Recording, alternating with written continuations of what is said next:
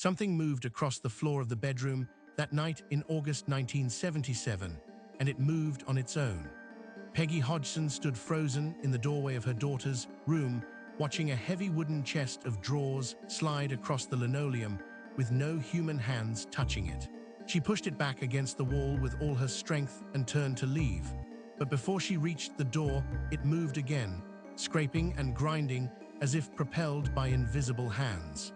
This was not a dream or an exhausted mother's imagination. This was the beginning of 18 months of terror that would make a small council house on Green Street in Enfield, North London, the center of one of the most documented paranormal cases in world history. Peggy Hodgson was a single mother raising 4 children in working-class North London. Margaret was 13, Janet was 11, Johnny was 10, and Billy was 7. They lived a quiet, unremarkable life in a modest home until that August night when everything changed. After the chest of drawers moved a second time, Peggy gathered her terrified children and ran to the house next door. Her neighbors, the Nottinghams, took them in and called the police. When officers arrived shortly after midnight, they expected to find a domestic disturbance or perhaps an intruder. Instead, they found something they could not explain. Police Constable Carolyn Heaps entered the house with her partner and stood in the living room taking statements when she saw a chair slide across the floor approximately 4 feet with no one near it. She filed an official police report documenting what she had witnessed. The chair moved by itself. There was no other explanation she could provide. What started that night did not stop. Over the following days and weeks, the Hodgson family experienced phenomena that defied rational explanation. Knocking sounds erupted from the walls, floors, and ceilings in rhythmic patterns that seemed to respond to questions. Toys were hurled across rooms with violent force. Furniture shifted position when no one was looking. Marbles and Lego bricks appeared from nowhere, raining down from the ceiling. The activity centered almost entirely on 11-year-old Janet. She was the focus, the target, and eventually the vessel. Neighbors reported seeing her through the window, suspended in midair near the ceiling, floating horizontally as if held by invisible hands. Her mother found her thrown from her bed night after night, sometimes waking to her daughter's screams as she was tossed onto the floor by forces she could not see or fight. The local media caught wind of the story and reporters descended on Green Street. Photographers set up equipment. Journalists camped outside the house hoping to witness the phenomena firsthand. Some did. The Daily Mirror sent a photographer named Graham Morris who captured images of Janet mid-flight, appearing to levitate above her bed. Skeptics would later claim she was jumping, but Morris and others in the room insisted the trajectory and duration of her suspension in the air was inconsistent with any natural leap or trick. The photographs were published, and the Enfield case became national news. The Society for Psychical Research dispatched 2 investigators to the scene.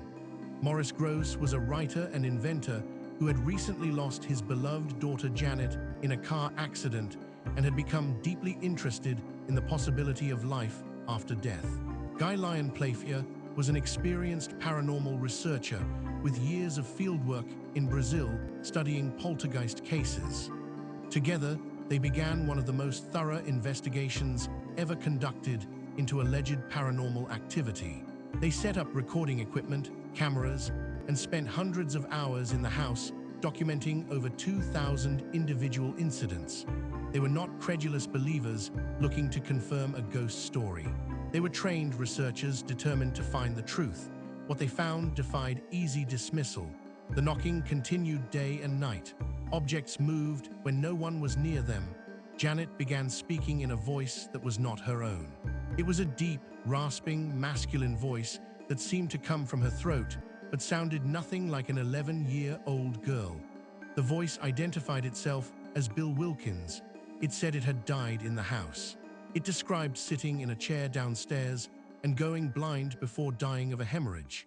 Grosse investigated the claim and discovered that a man named Bill Wilkins had indeed lived in the house and had died there years before Janet was born. The details the voice provided matched the historical record. When asked why it was tormenting the family, the voice said it wanted its house back. Across the Atlantic Ocean, in Monroe, Connecticut, Ed and Lorraine Warren heard about the Enfield case through their network of paranormal researchers. Ed Warren was a demonologist, and Lorraine Warren was a clairvoyant who had investigated some of the most notorious hauntings in American history, including the Amityville case. They traveled to London and made their way to the small house on Green Street.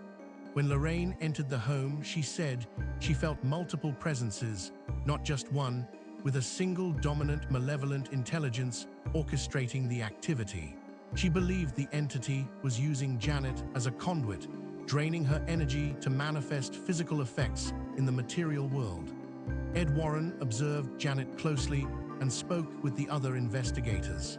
He concluded that what was happening in Enfield was not a simple poltergeist manifestation caused by adolescent psychic energy, a theory some researchers favored. He believed it was demonic oppression, a focused attack by an inhuman entity that had targeted a vulnerable child in a vulnerable family. The phenomena escalated. Janet was found in trance states, her face contorted, speaking in the voice of Bill Wilkins, while investigators recorded her on audio tape. Those recordings still exist. You can listen to them today and hear the guttural rasping voice emerging from a child. She described things she could not have known. She was photographed levitating multiple times by multiple witnesses. On one terrifying occasion, a curtain wrapped itself around her neck, as if trying to strangle her. Her brother Johnny was also affected, though to a lesser degree, speaking occasionally in an old woman's voice. The activity demonstrated intelligence and purpose. When investigators set up cameras, the phenomena would move to areas not being filmed. When they asked questions, the knocking would respond. When they challenged the entity, it responded with violence. The toll on the family was immense. Janet missed school. Social services became involved and questioned whether the children were safe. Psychologists examined Janet and found her to be a normal child with no signs of psychosis or attention-seeking behavior beyond what might be expected given the trauma she was experiencing.